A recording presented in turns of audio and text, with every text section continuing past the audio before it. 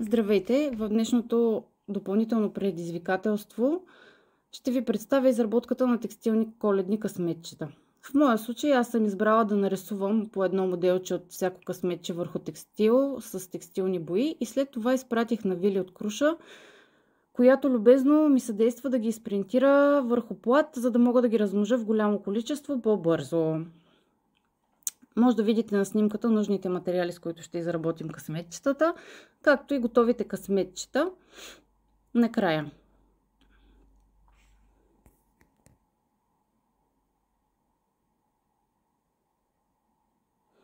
Може също така да изберете различни клипарти, които да подредите на един лист и също да принтирате върху плат. Можете да нарисувате сами. Имате свобода какви да бъдат вашите късметчета. Може да изрежете от филд също така. Започвам като изрязвам формичките от принтираният лист, като оставям 1 см отстрани резерва за зашиване и изрязване. Изрязвам от допълнителен плат гръбчета за тях и с игла и конец ще съединя двете парчета. Тези от вас, които разполагат с шевна машина, могат да работят и с нея. Аз ще покажа ръчната изработка за хората, които нямат на разположение шевни машини, но принципът е един и същ. Избираме си късметчето, което ще зашиваме. Определяме къде ще бъде отворът за напълване с вата. Аз избирам да е от долната част при пънчето на елхичката и започвам да шия. Използвам бот през едно, като ще мина първо в едната посока цялото късметче по този начин и след това ще върна наобратно в празните позиции. Така ще се получи един равномерен шев. Ако използвате за влизане и излизане в шева всяка една дупчица, която сте използвали при първото минаване, наистина се получава доста равномерен и красив бот, въпреки че е на ръка. Минавам по този начин цялото късметче.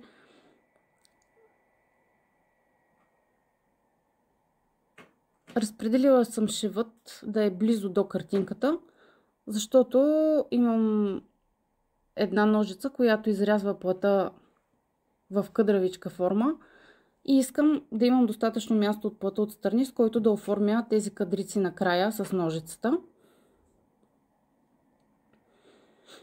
Затова съобразявам мястото на шева с този завършек на късметчетата.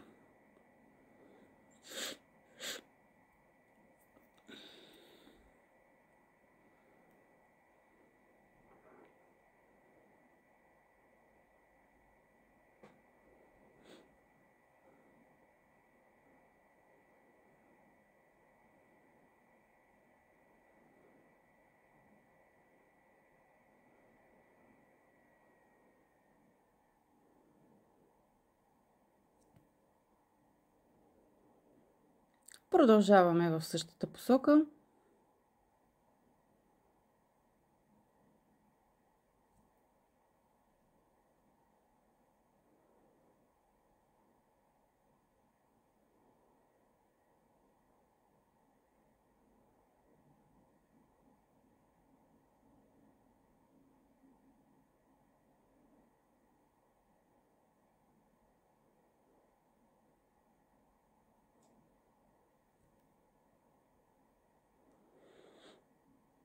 Сега е момента да върнем бода наобратно, за да запълним празните позиции.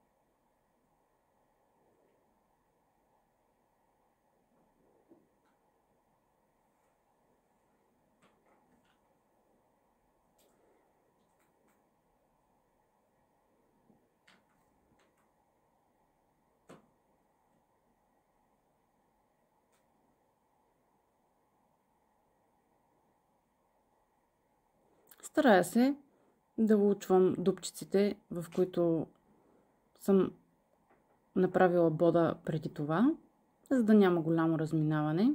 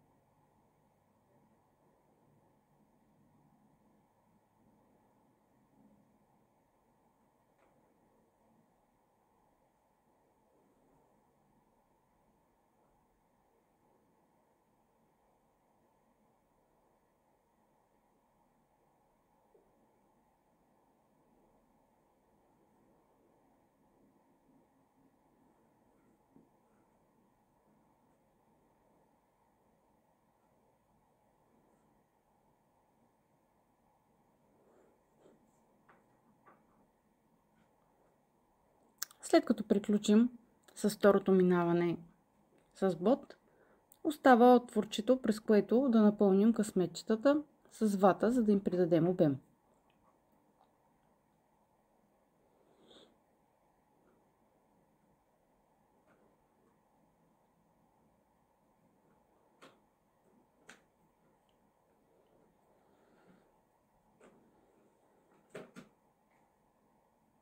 Вземам малки парченца, напъхвам ги плътно навътре. Контролирайте обема спрямо вашето виждане. Аз искам да са обемни, но да не са прекалено издути. И затова няма да прекалявам с натъпкването на ватата. Ще оставя малко по-свободна.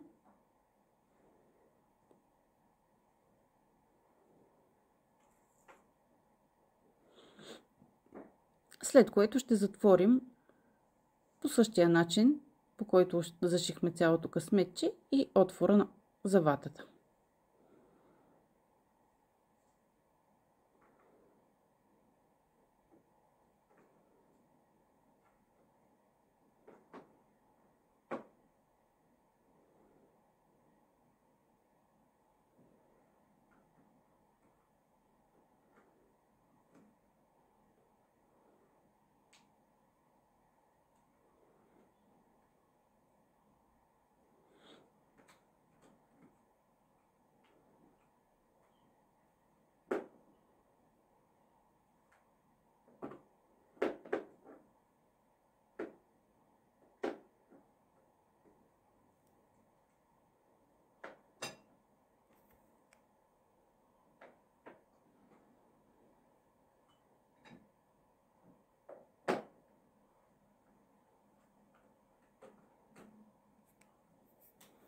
Затваряме късметчето.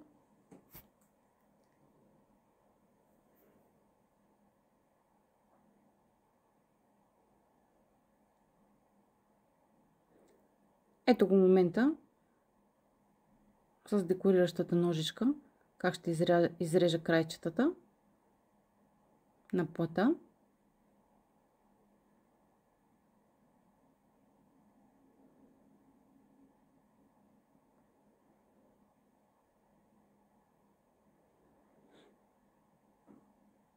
И сега е време да декорираме и да поставим късметчето. Може да изберете различни видове връзки, според дизайна на вашите късметчета. Може да поставите връзчицата и при самото зашиване на двете парченца на късметчето. Може да бъде поставено и сега.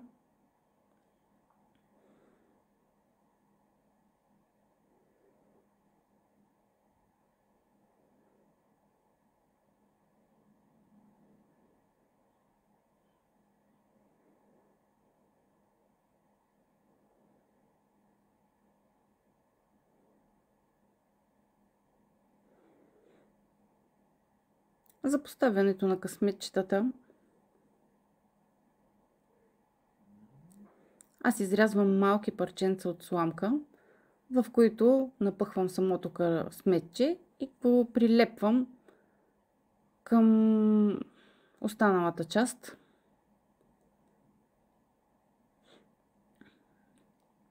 Може да декорирате по начин, по който на вас ви харесва, спрямо дизайна, който сте избрали, личното ви усещане.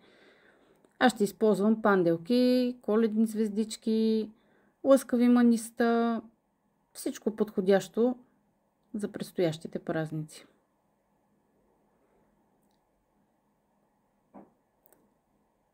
Взела съм си панделката, както и едни много малки сладки естествени шишарки, също от Вили от Круша.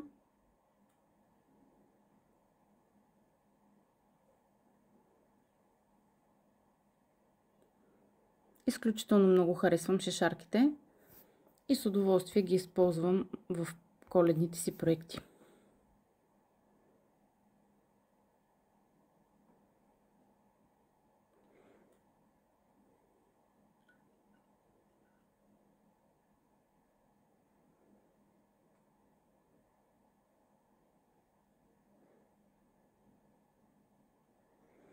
Ето по този начин на едно малко листче може да принтирате избран от вас дизайн с надпис на късметчетата, които сте избрали. Аз използвам клечка за зъби, за да успея да ги навия по-красиво и плътно, тъй като на ръка ми е трудно. Поставям късметчето в парченцето от сламка, завършвам декорацията си на голямата част от късмета.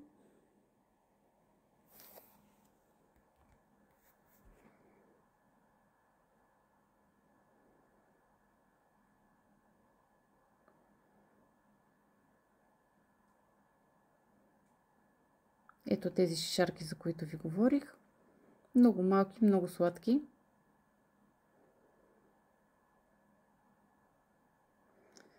По този начин изглежда готовото късметче.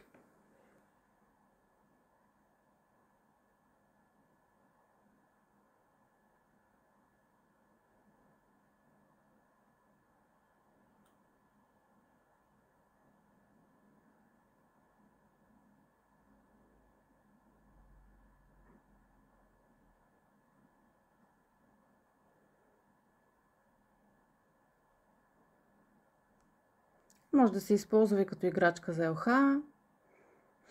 Също така малък мил жест за предстоящите празници. Ето и различните видове картинки, които съм си нарисувала. С къщичка, елхичка, сърчице, джинджифилово човече. Може да бъде каквото пожелаете.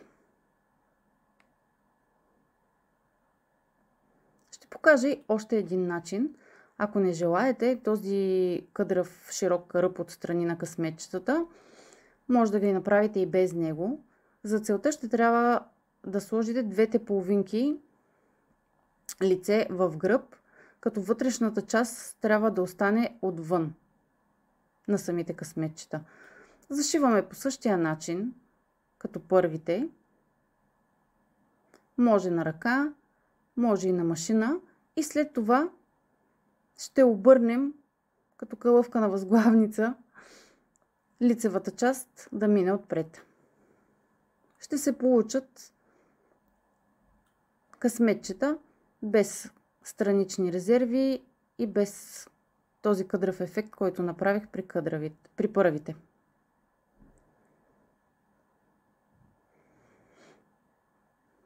Отново определям от коя страна ще напъхвам ватата.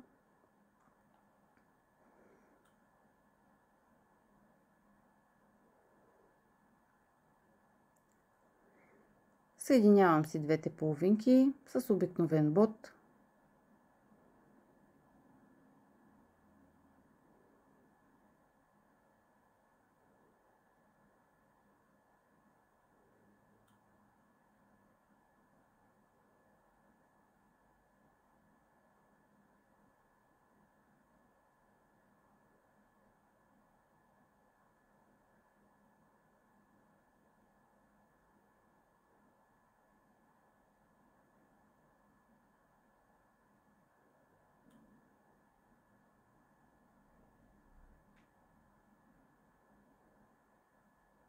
Ще обиколя по този начин цялото късметче.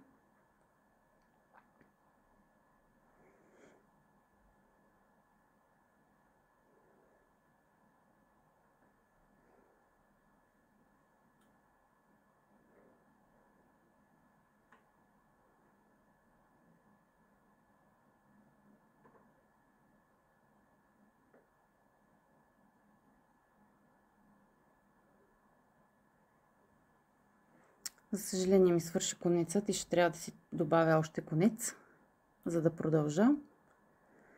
Решила съм този път да поставя и за качалчиците в момента на шиенето, като закачалката трябва да бъде отвътре, за да може при обръщане на късметчето тя да остане от външната страна.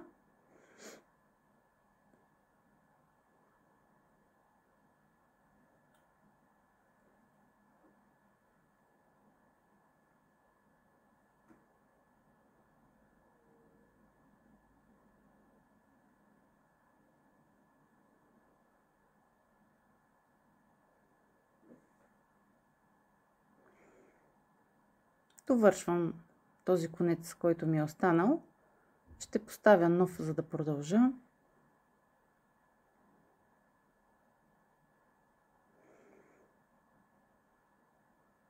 Ще фиксирам закачалката с малко тиксо, за да може да не ми бяга.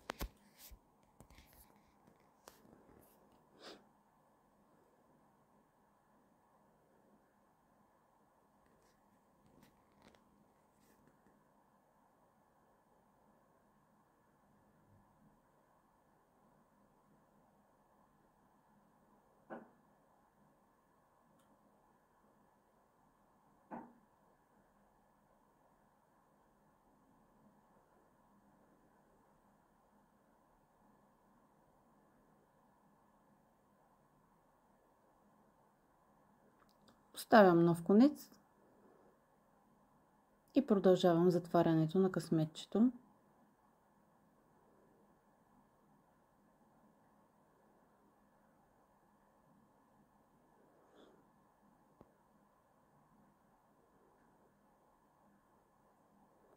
Тук използвам отново бот през едно, но при второто пробождане поставям иглата в средата на празното място, което е останало от предходния бот. По този начин ги затварям плътно още при самото шиене първия път и не ми се налага да минавам втори път. Не е чак толкова красив бот, но все пак той остава отвътре. Достатъчно здрав е и не се забелязва при обръщането. Но е два пъти по-бърз. Отново напомням, че за хората с шевна машина това ще стане точно за една минутка. Доста по-бързо и прецизно. Правила съм тези късметчета преди, именно на шевната машина и наистина могат да се изработят доста голяма бройка доста бързо.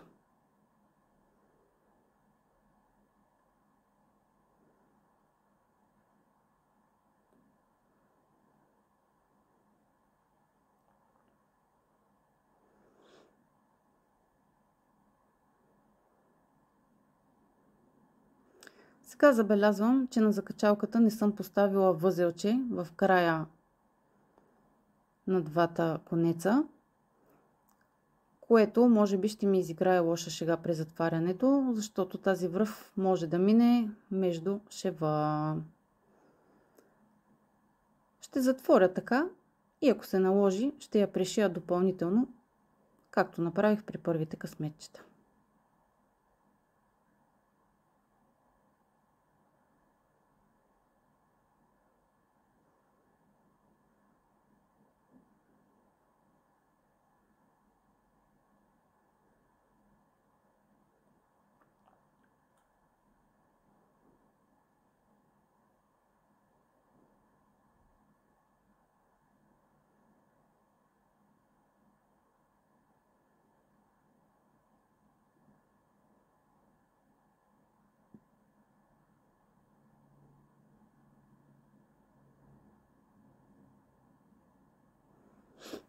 Вече почти приключваме с затварянето на късметчето.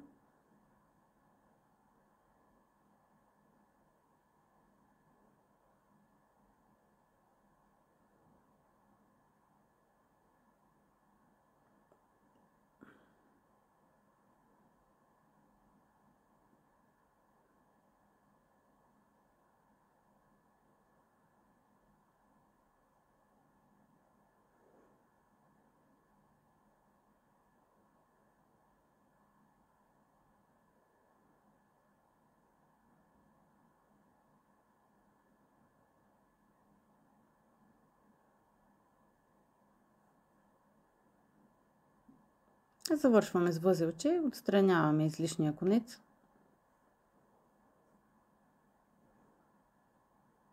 Ще изрежа излишния плат отстрани, за да избегна неприятно струпване на материал и набърчкване след като обърна късметчетата.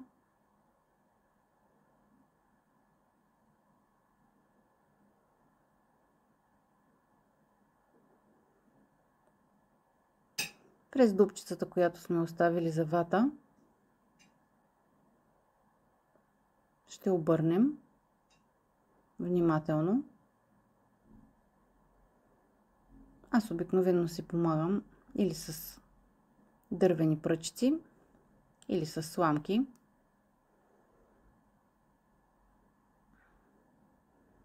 Бавно и внимателно обръщаме сърчицето.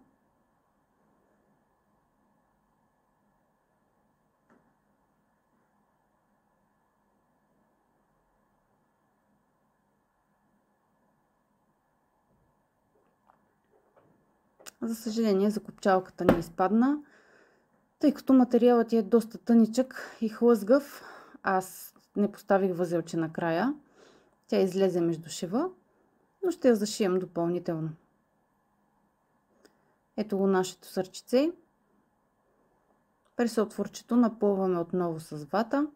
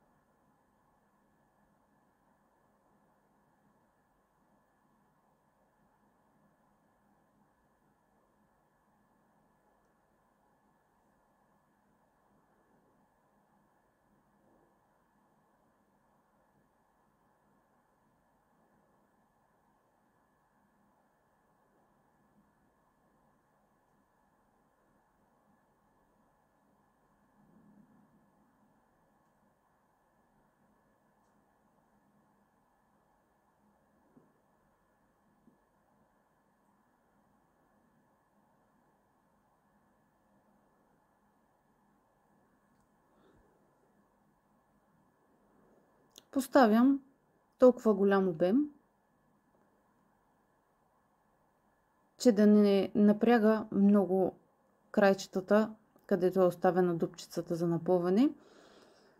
И толкова, че да мога да прибера тези къдрави резервички навътре и ръчно да зашия и затворя късметчето.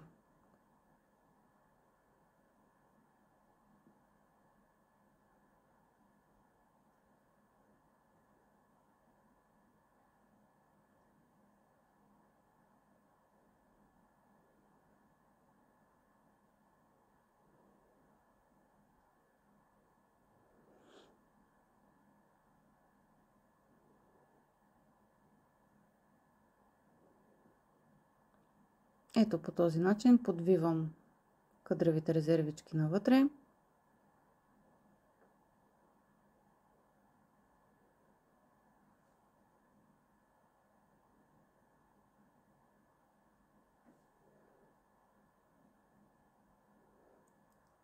Подготвям си игла и конец.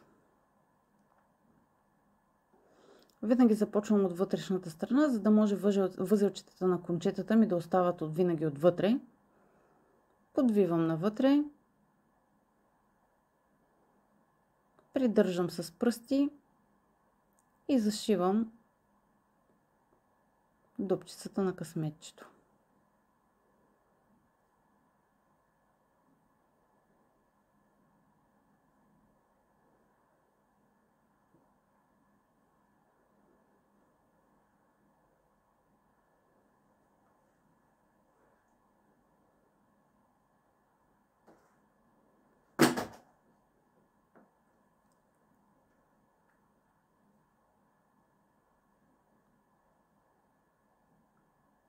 Внимателно придържам краищата.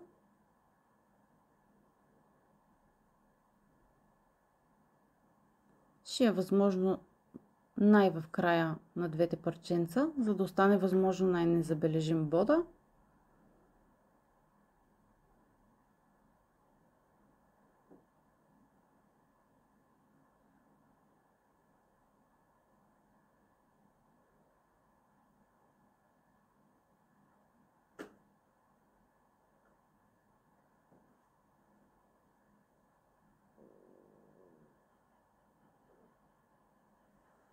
И завършваме нашето късметче.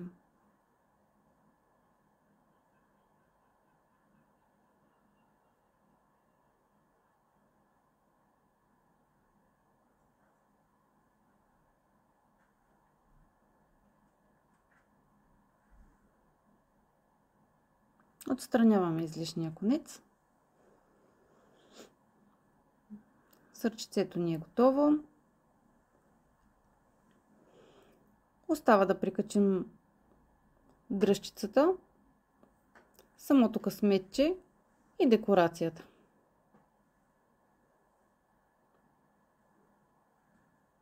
Правиме помощното възелче в края на дръжчицата.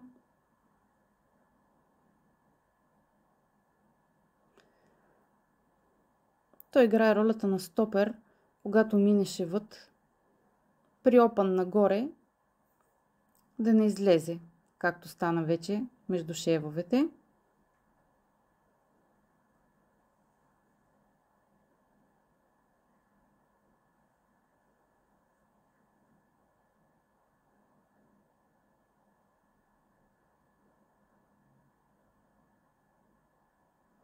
Зашиваме дръжчицата.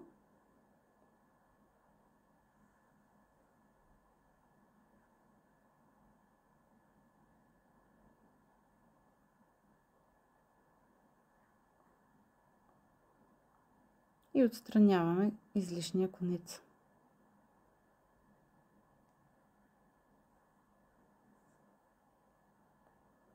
Отново декорирате изцяло по ваше желание и усет.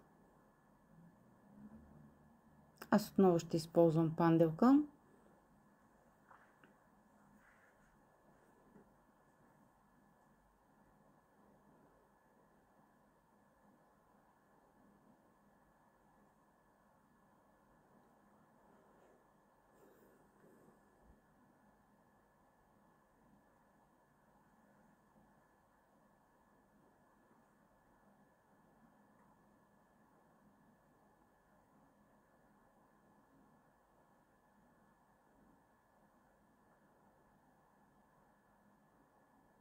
Оформям си малка панделка.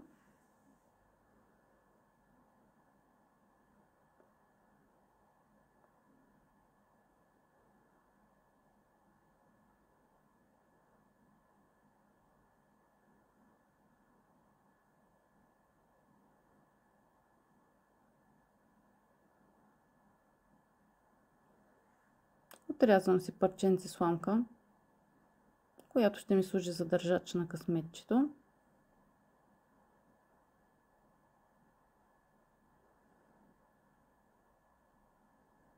Навивам листчето на късметчето, отново с помощта на клечка за зъби.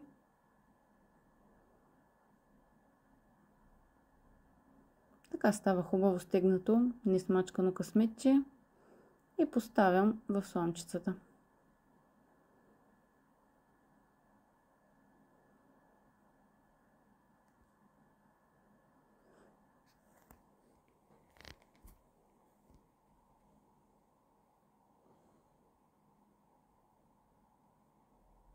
Поставям лепило, добавям панделката.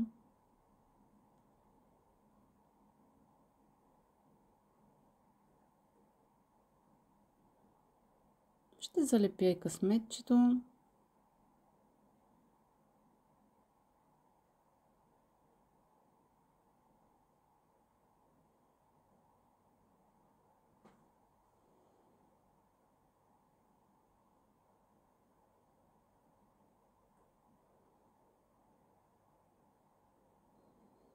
Отново ще използвам и красивите шишарки.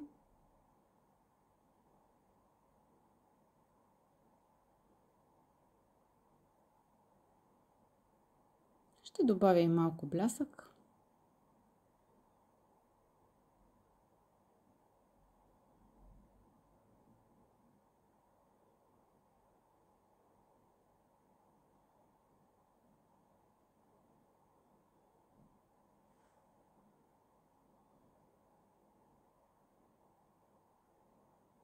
И късметчето ни е почти готово.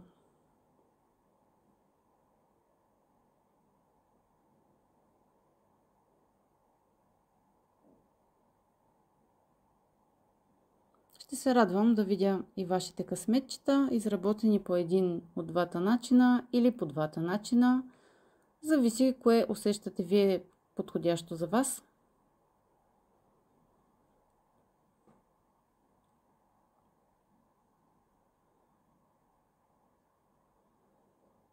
Пожелавам ви много здраве и много приятно настроение през предстоящите празници и дано всеки да получи късмета, който желае.